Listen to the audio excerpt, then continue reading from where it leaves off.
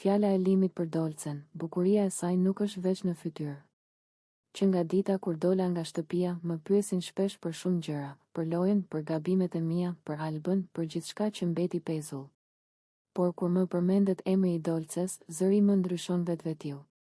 Sepse ajo nuk ishte thjesht një banore tjetër për mua, ishte njeriu që më tregoi se brenda atyre mureve mund të gjesh edhe qetësi, jo vetëm stuj. Dolce është shumë femër e bukur, këtë e sheh kushdo që e takon. Por bukuria e saj e vërtet nuk është ajo që kap kamera. Është mënyra si flet me qetësi, si të dëgjon pa të ndërprer, si di të kuptoj edhe kur ti vet nuk e kupton veten. Në atë shtëpi ku nervat ngrihen shpejt, ku fjalët shpesh dalin pa filtr, ajo kishte një klasë që rrallë e kam parë. Nuk i kalonte limitet, nuk e përdorte zërin për të lënduar, nuk luante me ndjenjat e askujt. Për mua kjo vlente më shumë se çdo strategji. E kam thënë edhe kur isha brenda, e vlerësoj shumë Dolcen. Jo si figur loje, por si njeri. Ajo dinte të më qetësonte kur isha i acaruar, të më thoshte prit pak, mendoje edhe një herë.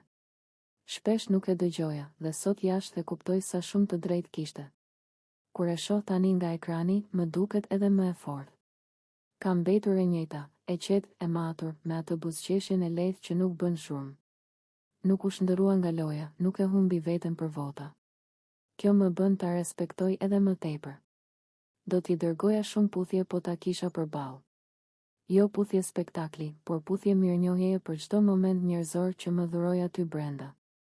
Sepse në mesin e gjithë atij kaosi, ajo ishte një vend i sigurt. Shpesh më pyesin, a të mungon? Po, më mungon biseda me të në obor, mënyra si pinte kafen ngadalë, si më thoshte mos u nxeh kot, Lim. Më mungon sinqeriteti i saj që nuk kërkonte asgjë mbrapsht. Unë e di që rrugëtimi i saj nuk ka qenë i lehtë. Ka kaluar keqkuptime, fjalë, paragjykime. Por ajo nuk u ul në nivelin e askujt. Kjo është fitore më e madhe se çdo çmim. Sot nga jashtë. Dua t'i them diçka të thjeshtë. Mirë se të vish në finale, Dolce. E meriton të jesh aty. Jo sepse je e bukur, por sepse je e drejtë. Sepse nuk i shkele kufit e askujt për të ecur përpara. Sepse mbete vetvetja kur ishte më e vështira gjë për t'u bërë. Nëse një ditë do të takohemi jashtë, dua t'ia them në sy këto fjalë. T'i them faleminderit për durimin që pati me mua, për respektin që ma dha edhe kur unë nuk e meritoja plotësisht. Shumë njerëz mendojnë se në Big Brother krijohen vetëm intriga. Unë them se ndonjëherë krijohen edhe lidhje njerëzore që vlen. Dolce ishte një prej tyre. Kur të hyj në finale, dua ta shoh me kokën lart.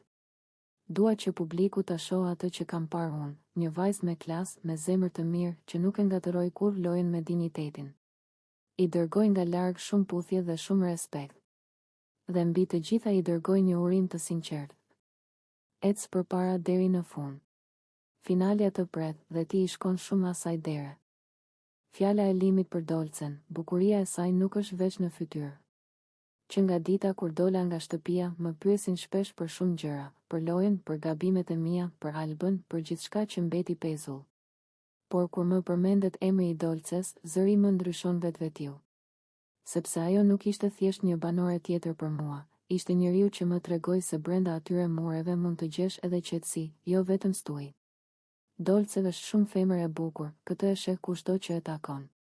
Por bukuria e saj e vërtet nuk është ajo që kap kamera. Është mënyra si flet me qetësi, si të dëgjon pa të ndërprer, si di të kuptoj edhe kur ti vet nuk e kupton veten. Në atë shtëpi ku nervat ngrihen shpejt, ku fjalët shpesh dalin pa filtr, ajo kishte një klasë që rrallë e kam parë. Nuk i kalonte limitet, nuk e përdorte zërin për të lënduar, nuk luante me ndjenjat e askujt.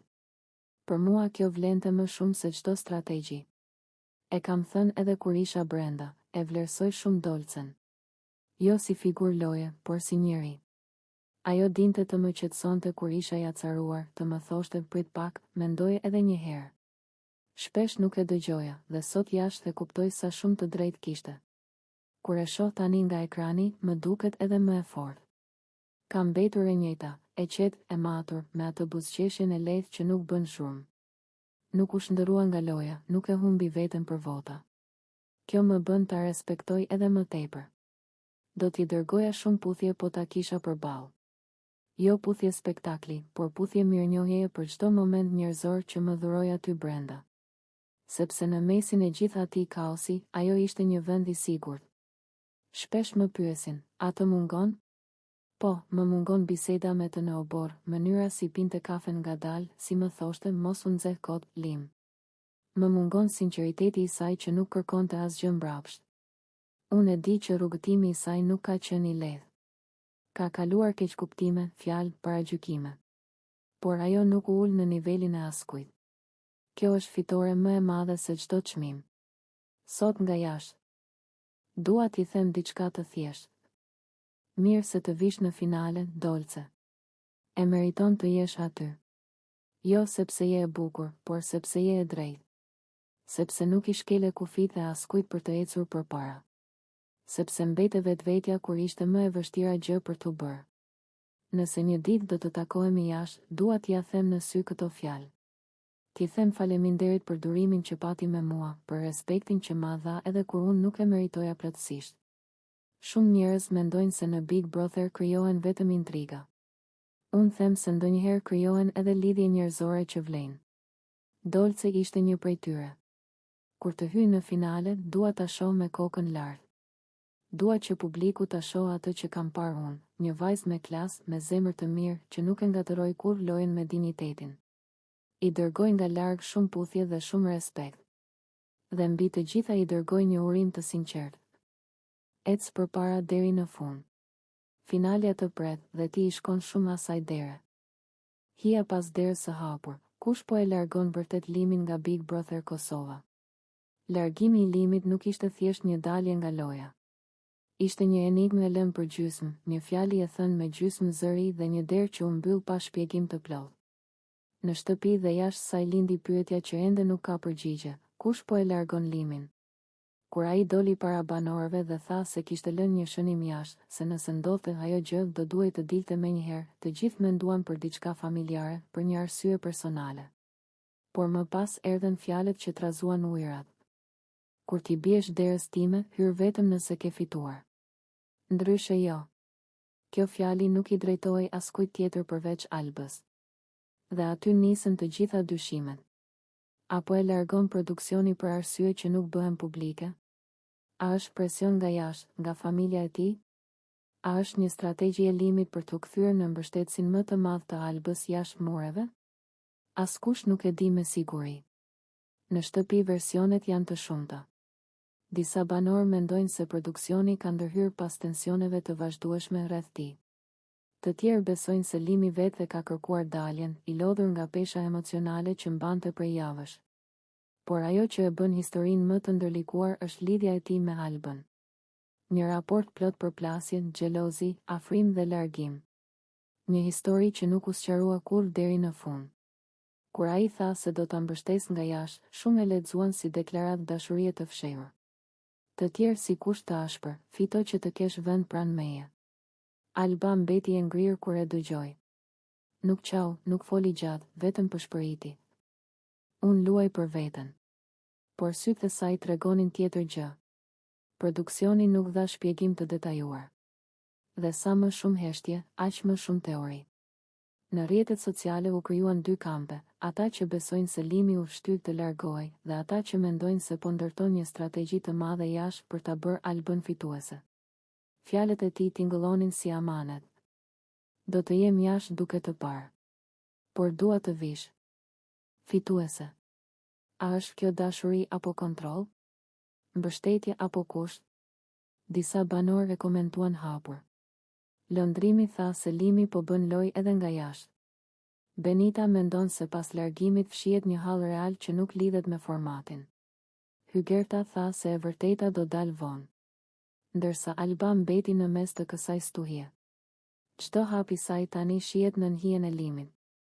Çdo nominim, çdo debat, çdo buzëqeshje lidhet me pyetjen, apo luan për vete apo për premtimin ndaj tij? Nata kur ai doli nga dera kryesore dukej si sken filmi. U kthye edhe një herë dhe tha: Mos harroni kush jeni. Por syt I kishte vetëm te Alba. Mbase ai po largohet për ta mbrojtur nga vetja e tij. Mbase po ikën për t'i hapur rrugë. ose mbase po ndërton kapitullin e dytë të historisë jashtë kamerave. E vërteta mbetet pezull.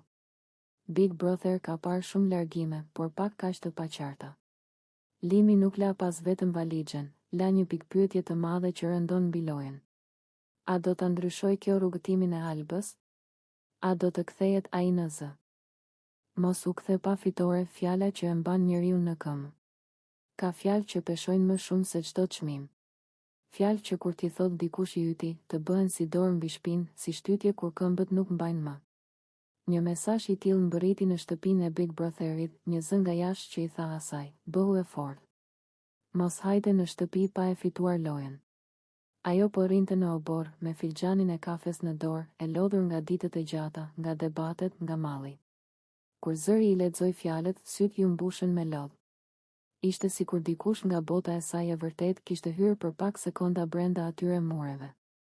Je shumë e mirë. Vazhdo përpara. Jepi edhe ca kilometra të fundit, kanë mbetur pak. Këto fjali nuk ishin thjesht motivim për lojë.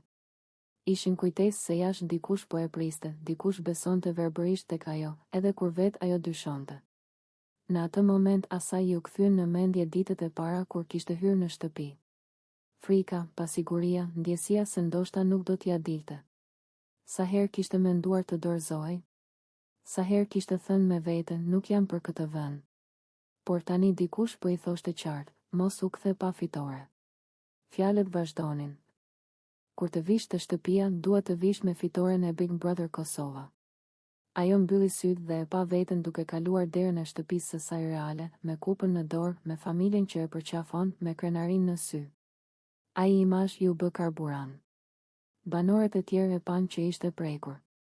Disa ju afruan dhe e përqafuan. Ata e dinin se sa pesh kanë mesazhet nga jashtë, sidomos kur vinë nga njerëzit e zemrës. Ajo filloi të flasë me zë të ulët. Unë kam ardhur këtu për ta çuar deri në fund. Për veten, për familjen, për ata që më besojnë. Në atë shtëpi të mbyllur, ku emocionet përplasen çdo ditë, një fjali e tillë bëhet si betim. Ajo e ndjeu se nuk ishte më vetëm lojtare, por përfaqësuese e një ëndre. Ditët që pasuan e gjetën më të fortë. Në debate nuk u tërhoq më lehtë. Në sfida nuk u dorëzua. Sa herë lodhej, i kujtoheshin fjalët, jepi edhe ca kil. O metra të fundit. Ajo filloi ta shohë rrugëtimin si maraton, jo si sprint. Çdo mëngjes zgjohej me mendimin se finalja po afrohej. Çdo natë flinte duke i folur vetes, do t'ja dal. Mesazhi nga jashtë u bë si busull. Kur dikush e provokonte, ajo buzëqeshte dhe mendonte për ditën kur do kthehej në shtëpi fitimtare. Kur malli e merrte përfund, i përsëriste vetes se sakrifica ka kuptim. Një mbrëmje, duke biseduar me Benitën, ajo tha: E di pse nuk dorëzohem. Sepse nuk dua të shkoj në shtëpi me kokën poshtë. Dua të shkoj me trofeun në dorë. Këto fjalë u përhapën në shtëpi. Disa i panë si krenari, disa si guxim, por askush nuk e mohoi vendosmërinë e saj. Big Brotheri të zhvesh, të lodh, të përballë me anët më të vështira të vetes. Por kur dikush të pret jashtë me besim absolut, njeriu gjen forca që as vet nuk e dinte se i kishte. Ajo filloi të numëronte ditët jo me ankth, por me shpresë. Çdo nomini me shite si provë drejt finishit. Çdo lotë e kthente në energji. Në një nga ditët. Në Big Brother Kosova ekziston një rregull i pashkruar, mund të luash me strategji, me aleanca, me heshtje, por jo me mendje të hapura për nominime të koordinuara. Ajo mbrëmje tregoi se kufiri mes lojës dhe shkeljes është më i hollë se fija e flokut. Gjithçka nisi pas dite, kur në obor u krijua jashtëquajturi, treshi për sheshi Heliona, Klodi dhe lëndrimi. Ata po flisnin me zë të ulët, duke hedhur ide se kush duhej nxjerrë në nominim javën e ardhshme. Nuk ishte bisedë e rastësishme, ishte plan i pastër, me emra konkret, me arsyetime, me llogari votash. Kamerat e kapën çdo fjalë. Publiku jashtë e kuptoi menjëherë se po shkelej një nga rregullat më të forta të formatit. Brenda shtëpisë, megjithatë, askush nuk e mendonte se ndëshkimi do të vinte kaq shpejt. Mbrëmja po binte kur zëri i vëllait të madh jehoi në altoparlant. Banor, mblidhuni të gjithë në sallon. Toni i ftohtë nuk paralajmëronte asgjë të mirë. Në tavolinën e mesit qëndronte zarfi i zi, simboli i frikës së çdo banori. Sa po e pan, fytyrat u zbehen. Disa ulën kokën, të tjerë filluan të hamendësonin. Eliona i hodhi një shikim të shpejt Klodit. Lëndrimi kafshoi buzën. Ata e ndjen të parët se stuhia po vinte drejt tyre. Zarfi u hap nga një prej banorëve. Zëri që lexonte dridhej. Vëllai i madh ka vërejtur biseda të koordinuara për nominime, gjë që është e ndaluar. Për këtë arsye, banorët Eliona, Klodi dhe Lëndrimi shkojnë automatikisht në nominim kokë më kokë. Një heshtje e rëndë mbuloi dhomën. U dëgjua vetëm frymëmarrja e shpejtuar e tre të përmendurve. Banorët e tjerë u pan mes vete, disa me habi, disa me një lloj lehtësimi të fshehtë. Eliona u ngrit e para. Kjo është e padrejtë, tha. Ne thjesht po bisedonim si gjithë të tjerët. Klodi u përpoq të ruante qetësinë, por fytyra e tradhtonte. Nuk kemi bërë plan, kemi dhënë mendime, shtoi ai. Lëndrimi, zakonisht më i zëshmi, mbeti i heshtur. E dinte se fjalët e tyre ishin më shumë se mendime. Ishin llogari të pastra loje. Reagimet nis. Në menjëherë. Disa banorë përkrahën vendimin, duke thënë se rregulli është rregull. Të tjerë e panë si mas të ashpër. Diskutimet u ndezën. Po të gjithë flasim për nominime, tha njëra nga vajzat. Po jo me marrëveshje të hapur, ja ktheu një tjetër.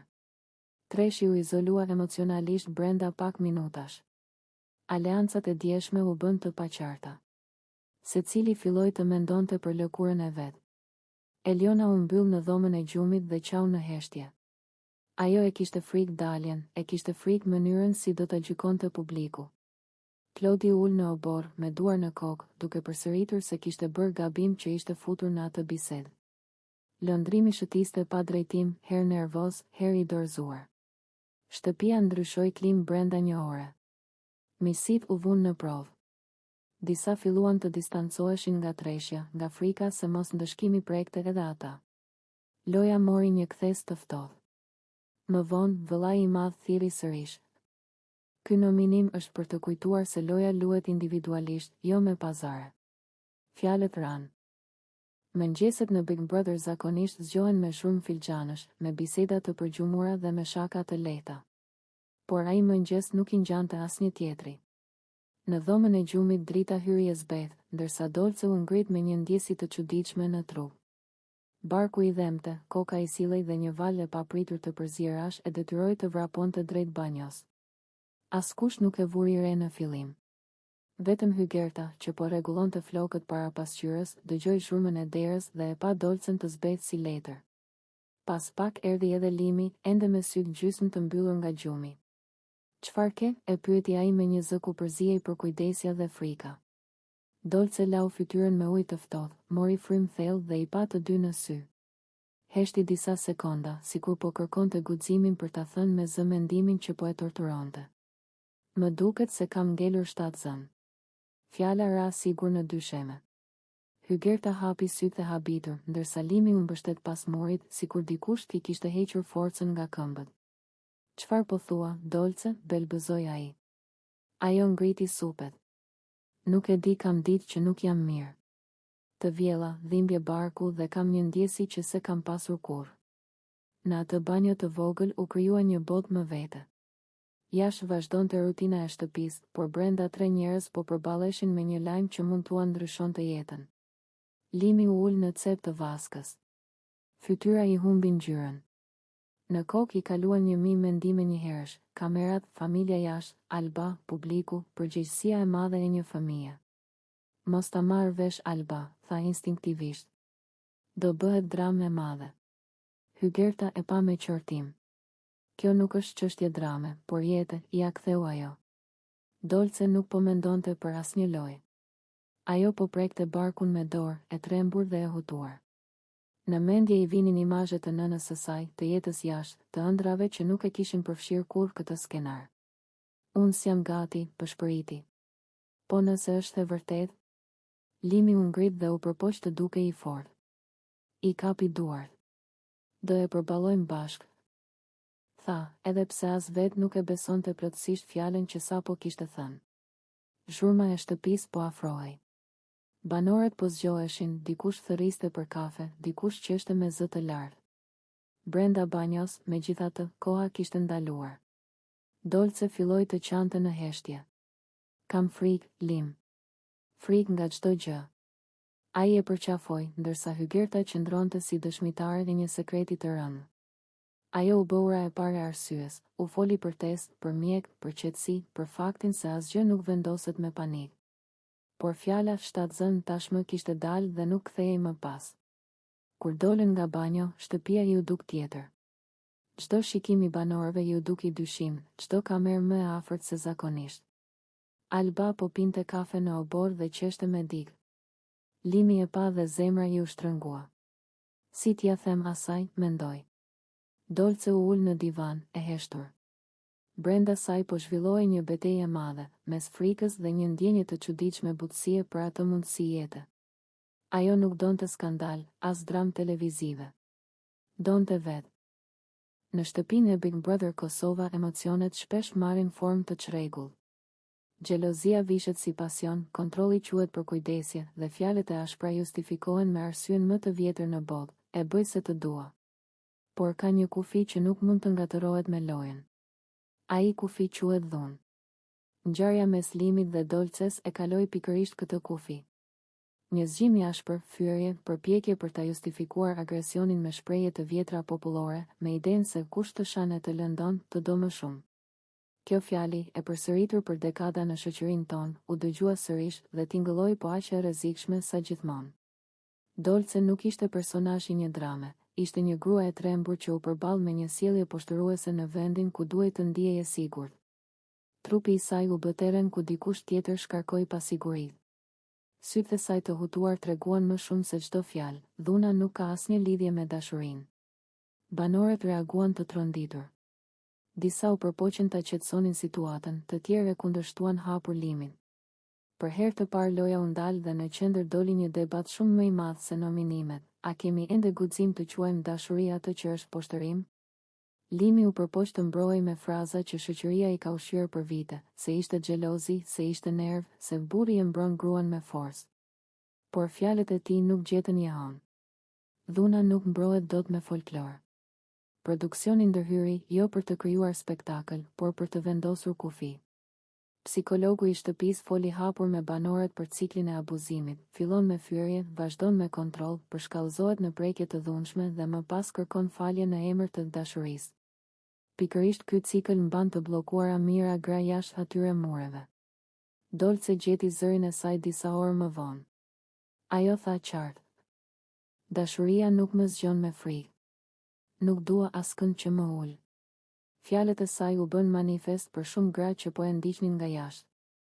Në rrjetet sociale shpërthyen mesazhe mbështetjeje, kujtime personale, histori të hes. Ftura dhune që për herë të parë gjetën guxim të flasin. Kjo ngjarje tregoi se Big Brother nuk është vetëm pasqyrë loje, por edhe pasqyrë shoqërie. Aty u përplasën dy botë, njëra që ende beson se dashuria arsyeton gjithçka, dhe tjetra që thot me zë të lartë se dashuria pa respekt nuk është dashuri. Limi u detyrua të përballet me përgjegjësinë e veprimeve të tij. Të kërkosh falje nuk mjafton kur dike ke trembur. Duhet të pranosh gabimin, të kërkosh ndihmë profesionale dhe të mësosh forma të shëndetshme komunikimi. Kjo është rruga e vetme. Dolce, nga ana tjetër, u kthye në simbol qëndrueshmërie. Ajo refuzoi normalizimin e dhunës dhe tregoi se dinjiteti nuk negociohet. Në atë shtëpi, përtej kamerave, u dha një mësim që vlen për çdo derë jashtë saj. Askush nuk të ha mishin e ta ruan kockën. Kush të lëndon, nuk të mbron, të dëmton. Nata e asaj ngjarjeje mbylli një kapitull iluzionesh dhe hapi një diskutim të domosdoshëm për shoqërinë tonë. Dashuria nuk ka shuplaka, nuk ka fyerje, në